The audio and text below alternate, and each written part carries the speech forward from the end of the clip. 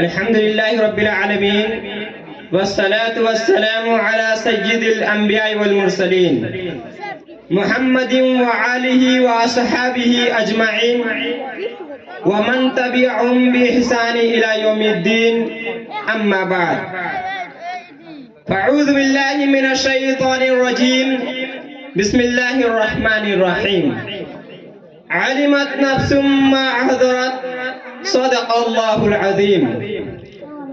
برادران اسلام، سامعین کرام اور حاضرین عظام، میں نے آپ حضرات کے سامنے سورہ تکویر کی ایک چھوٹی سی آیت تلاوت کی ہے، جس میں قرآن کریم نے ڈنکے کی چوٹ پر اعلان کیا اور کھلے طور پر آگاہ کیا ہے کہ ہوشیار ہو جاؤ، ان قریب ایک ایسا دن آنے والا ہے جب یہ پوری کائنات درہم برہم ہو جائے گی۔ ہر ایک شخص اپنے پروردگار کے روبرو پیش کیا جائے گا، کیا شاہ، کیا قضا، کیا فقیر، کیا امیر، ہر ایک رب ذوالجلال کے سامنے تھرا رہا ہوگا۔ تمام رشتے ناتے ٹوٹ جائیں گے، سالہ سال کی محبت شیشے کی طرح چکنا چور ہو جائے گی۔ کوئی ٹکنوں تک، کوئی کمر تک، کوئی چھاتی تک اور کوئی پیشانی تک پسینوں میں سرابور ہوگا۔ ایک دوست جس نے اپنے محبوب کے لیے سب کچھ قربان کر دیا تھا اجنبی ہو جائے گا۔ کیسا وقت ہوگا وہ جب کہ ماں اپنے دودھ پیتے بچے کو بھلا دے گی۔ سورج بالکل قریب ہو جائے گا اور رب ذوالجلال اپنی پوری جاہ و جلال کے ساتھ موجود ہوگا۔ عمل ناموں کا دفتر کھول دیا جائے گا اور یہ ناتواں کمزور انسان اپنے کیے ہوئے اعمال کا حساب دینے کے لیے دست بدست سامنے کھڑا ہوگا۔ اللہ رب العزت سوال کرے گا کہ بتاؤ، ہم نے تجھ کو ڈھیر ساری نعمتیں دی تھی، تم نے اسے کہاں خرچ کیا؟ کروڑوں اور کھربوں روپے کی آنکھ اور کان دیے تھے، تم نے اسے کہاں استعمال کیا؟ اتنی بڑی قیمتی زندگی عطا کی تھی، تم نے اس کا کیا حق ادا کیا؟ کھانے کے لیے پھل، میوے، انگور اور شیریں شہد، پینے کے لیے صاف و شفاف دودھ اور میٹھے شربت عطا کیے تھے، تم نے اس کا شکریہ کہاں تک ادا کیا؟ اس سے سوال کیا جائے گا کہ پہننے کے لیے حریر و ریشم، خوبصورت و دلکش جوڑے، رہنے کے لیے صاف ستھری فضا، سونے کے لیے بنگلے اور محلات، چلنے کے لیے گاڑیاں اور سواریاں عطا کی تھی، بتا تو نے میری ان نعمتوں کو کہاں کہاں خرچ کیا؟ آیا عیش پرستی اور دنیا کی دلدادگی میں خرچ کیا یا میری اطاعت اور بندگی میں لگایا؟ چھوٹی بڑی تمام نعمتوں، حتیٰ کہ ایک ایک سانس کے بارے میں پوچھو گی، اس وقت نہ کوئی زیادتی ہوگی اور نہ کسی پر ظلم ہوگا۔ اليوم تجزا کل نفس بما کسبت لا ظلم اليوم ان اللہ سریع الحساب۔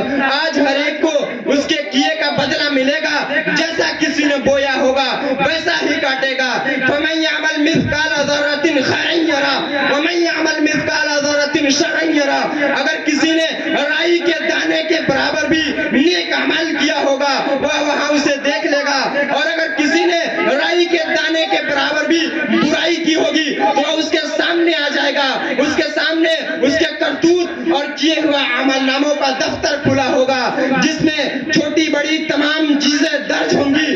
انسان اسے دیکھ کر حیران ہو جائے گا اور چیخ اٹھے گا، مالی ھذا الکتاب لا یغادر صغیرۃ ولا کبیرۃ الا احصاها۔ میرے اس عمل نامے کو کیا ہو گیا؟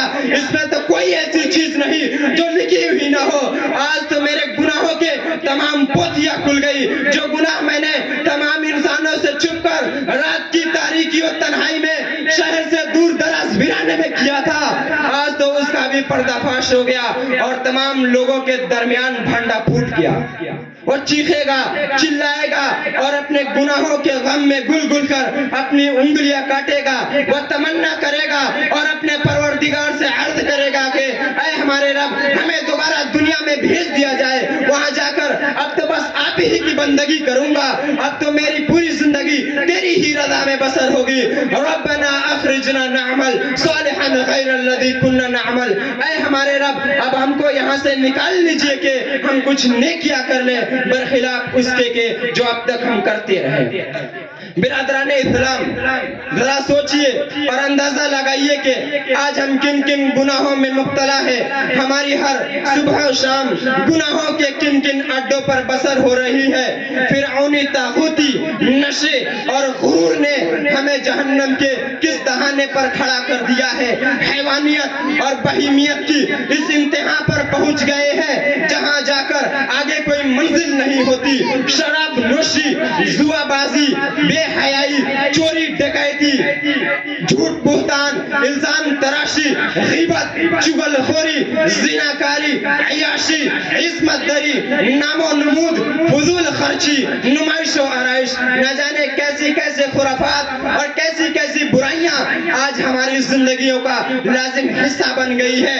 پیار و محبت، بھائی چارگی، رحم دلی اور اخوت و محبت جیسے الفاظ تو اب ہمارے لیے اچنبھے کی بات ہو گئی ہے۔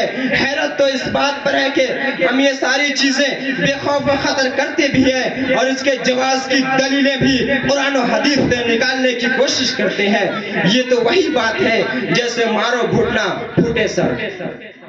افسوس ہے ہماری زندگی پر، آج تو ہماری نگاہیں فحش ناولوں، عریاں تصویروں، گندے افسانوں اور رومانی لٹریچروں کو ڈھونڈتی ہے۔ قرآنی الفاظ اور اس کے دل فریب ترجمے، احادیث نبی کی ہدایتیں اور صحابہ کرام رضی اللہ تعالیٰ عنہ کی بیش بہا خزانے ہمیں اچھے نہیں لگتے۔ آج ہمیں اگر موقع مل جاتا ہے تو پیسے دے کر جھوٹے وکیلوں کے ذریعے جھوٹی گواہیاں دلوا کر ہم بڑے ٹھاٹ سے مقدمہ کر کے کورٹ کے ذریعے دوسروں کی زمینیں ہڑپ لیتے ہیں۔ پڑھو بخاری شریف کی وہ حدیث جو حضرت عائشہ رضی اللہ تعالی عنہ سے مروی ہے، من ظلم قید شبر من الارض طبقه من سبع ارضین، کہ جس کسی نے ایک بالشت پر زمین بھی ظلم سے حاصل کی تو اللہ تعالیٰ اس کے گلے میں قیامت کے دن اس جیسے 7 زمینوں کا طوق لٹکائے گا۔